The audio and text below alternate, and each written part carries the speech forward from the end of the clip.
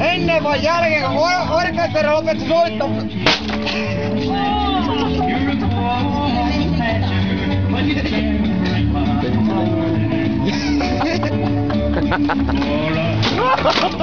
No, hei! Sä ite sanoit! Joo, mä et luvannut lyödä.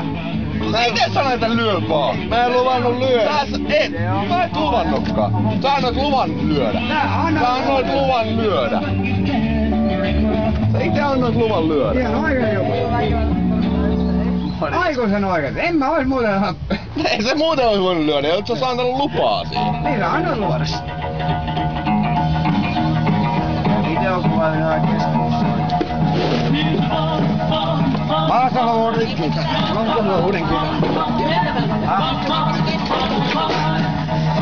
Moni on yrittänyt. Saanko mä näyttää me toteutu? Onks mä siinä? What? Täällä on hirveen pari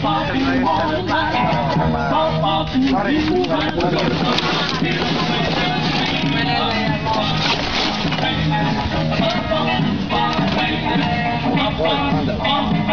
Joo, mut mä en luvannut lyödä sitä oikeesti. Tää luvat saa!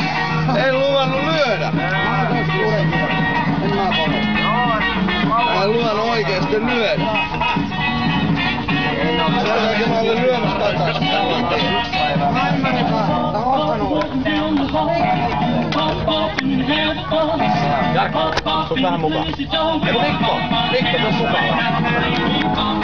Ei tietysti sähkyy. Ei vaan.